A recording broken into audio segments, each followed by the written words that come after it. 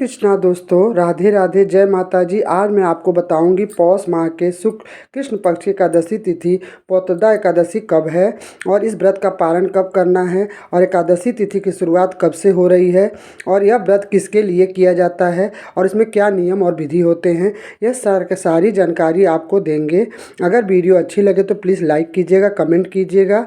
तो आपको बता दें कि हिंदू पंचांग के अनुसार पौष माह के शुक्ल पक्ष की एकादशी तिथि की शुरुआत 30 दिसंबर को सुबह 7:50 पर होगी।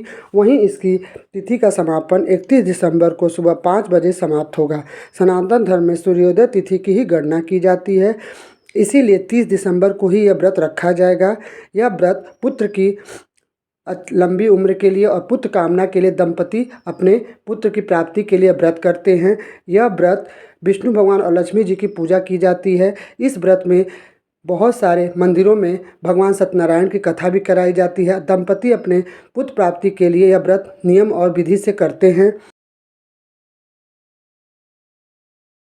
पुत्रदा एकादशी यह साल में 2 बार की जाती है।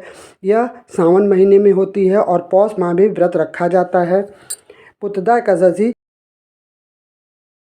व्रत के पुण्य प्रताप से साधक को सुख, सौभाग्य और वंश वृद्धि की प्राप्ति होती है।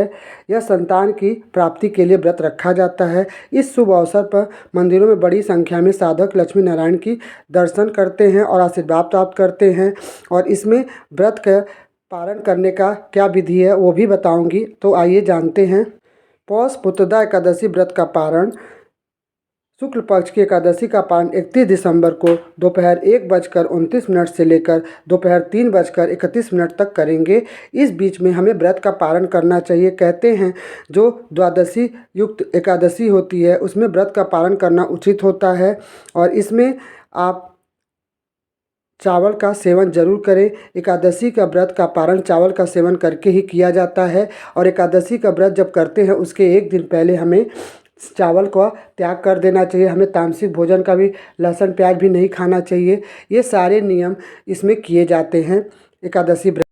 पुत्रदा एकादशी व्रत कथा इस प्रकार है। जो राजा सुकेत मान और उनकी पत्नी सभ्या की है जुड़ी है, जो संतानहीन से दुखी होते, वो ऋषियों के कहने के पर उन्होंने सावन मास के शुक्ल पक्ष की पुत्रदा एकादशी व्रत विधि की विधान से रखा और प्रजाजनों के पुण्य दान से उनके पाप का नाश हुआ और भगवान विष्णु की कृपा से उन्हें पुत्र रत्न की प्राप्ति हुई, जिसके बाद इसे एकादशी को पुत्रदा एकादशी कहा जाने लगा, जो संतान प्राप्ति का और सुख मोक्ष को लिए महत्वपूर्ण होता है और यह पुत्र प्राप्ति के लिए सबसे अच्छा व्रत होता है। धन्यवाद। जय माता जी।